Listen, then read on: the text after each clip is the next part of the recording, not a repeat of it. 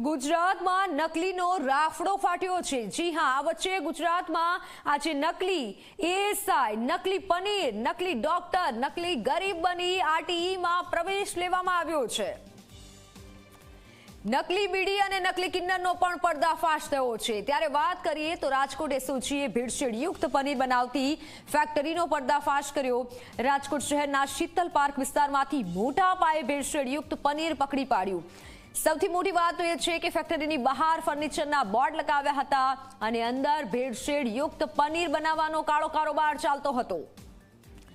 પનીરની સાથે મોટા પ્રમાણમાં પામ તેલનો ઉપયોગ પણ મળી આવ્યો છે અને આવા ભેળસેળિયા પનીર ખાવાથી કેન્સર સહિતની અનેક બીમારીઓ પણ થઈ શકે છે। પોલીસે 800 કિલો પનીરનો જથ્થો સીઝ કર્યો છે। પનીરના સેમ્પલ લઈ તપાસ અર્થે મોકલ્યા છે। એટલે હવે દરેક વસ્તુ બજારમાં નકલી મળી રહી છે। આરોગ્ય તંત્ર દ્વારા, આરોગ્ય વિભાગ દ્વારા તપાસ કરવામાં આવી રહી છે। ગાંધીગ્રામ પોસ્ટે વિસ્તારમાં શીતલ ચોક પાસે ગુજરાત ફૂડ્સમાં બનાવટી પનીર બને છે। આ બાતમીના આધારે એસઓજી પીએસઆઈ હરિયાણાની ટીમ દ્વારા આ ગુજરાત ફૂડ્સમાં રેડ કરવામાં આવેલ હતી।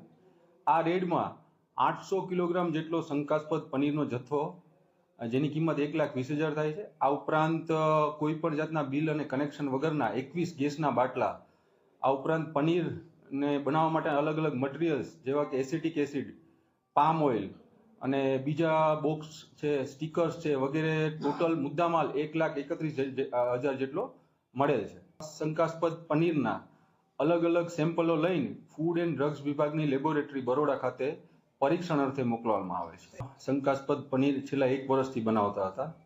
આ ઉપરાંત જો પરીક્ષણમાં ન ઠરે તો એમના વિરુદ્ધ બીએનએસ તથા એસેન્શિયલ કોમોડિટી એક્ટ તથા અખાદ્ય ફૂડ અંતર્ગત